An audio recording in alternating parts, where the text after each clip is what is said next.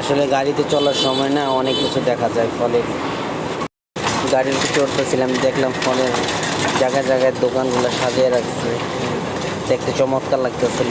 এই জন্য ভিডিওটা করে নিলাম, যাতে তাড়াহুড়ো করতেছিলাম, তারপরে অনেক ফলের গাড়িগুলো দেখতেছিলাম, সাজানো ফল।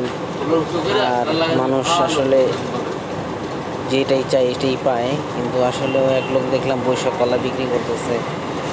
আবার কিছু দূরে আগে বললাম দেখি আরেকটা গাড়ি, এবং ওটাও একটা ফল সাজিয়ে রাখছে। এক দোকানের ভিতরে মালটাগুলো সাজিয়ে রেখেছে।